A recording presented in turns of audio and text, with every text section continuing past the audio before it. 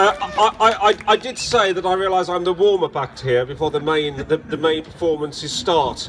But firstly, I want to say congratulations to the Badger Trust and Sussex Wildlife Trust for actually being the hub of getting us all together here today.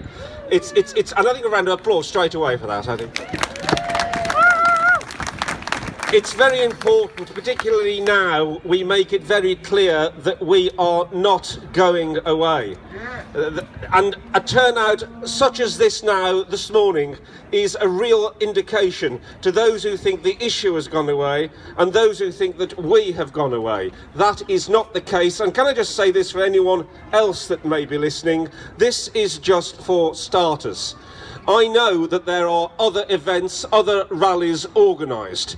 I've been talking about them to a lot of the people here, and they are available to you. You probably know them in any event when they're going to happen, but this is just the start. As Dominic in particular will tell you, this is the 33rd protest march against Badger cull policy held up and down the country, and I know Dominic is going to talk in detail to you about that, and in particular the detail relating to the crass waste of money. And I'm doing this to music, by the way. I never come anywhere without my personalised choir, so I hope you realise the efforts that have been taken here. Either that or it's the opponents trying to drown me out, but I don't think they've got that good voices.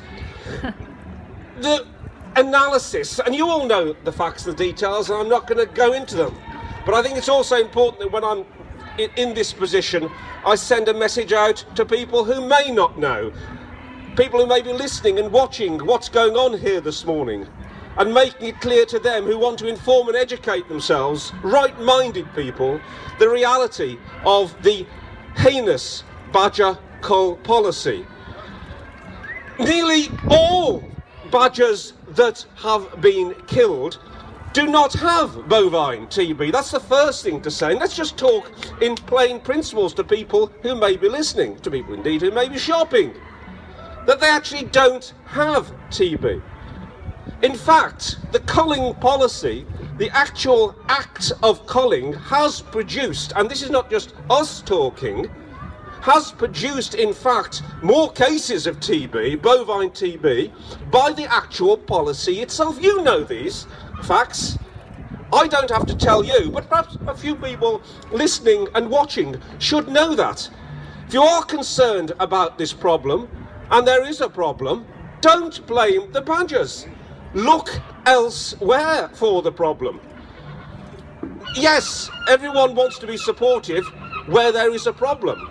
But let's focus on the cause, and it is not the badgers. We live in a world where it's easy to persecute people, where it's easy to persecute animals, where it's easy to find scapegoats. It's an interesting word, isn't it? Even the word includes an animal. Each and every time there's a problem, find what is a hopeless cause, find someone or something that cannot answer back, and blame them. I suppose it's considered in some circles a vote winner. Well, it's not a vote winner. Let's make it clear to anyone that's listening and anyone that's watching, it's a vote loser. Yes.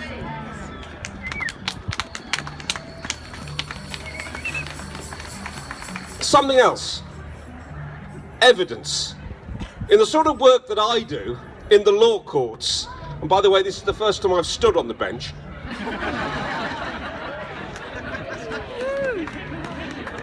I've been building up to that one. Never give the best joke straight away.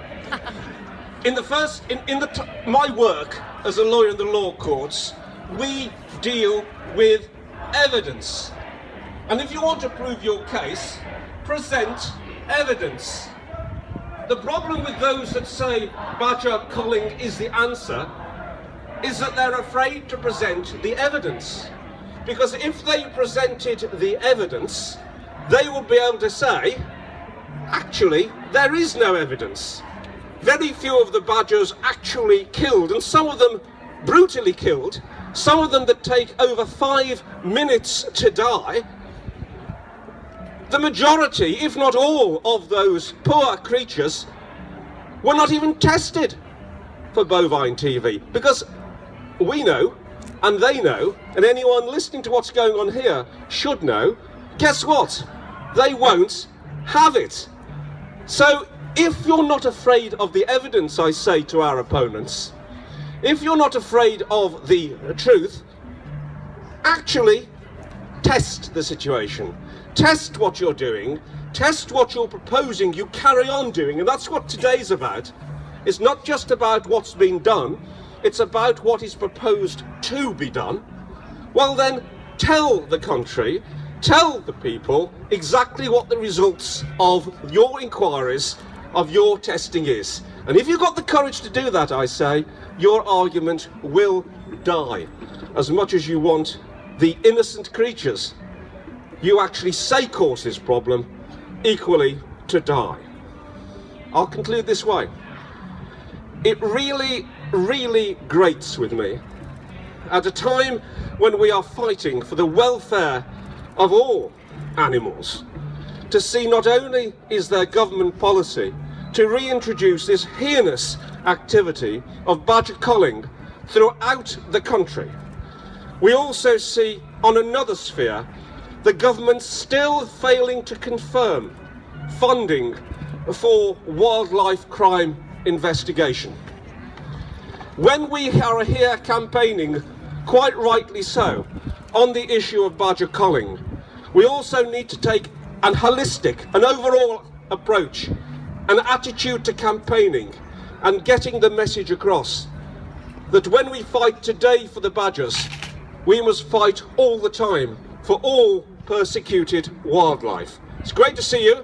As I said, I can now put my speech in my pocket and enjoy the walk. It's like being asked to do an after-dinner speech. It always spoils the dinner. Well, it's not going to spoil the walk. Thank you. Thanks, John.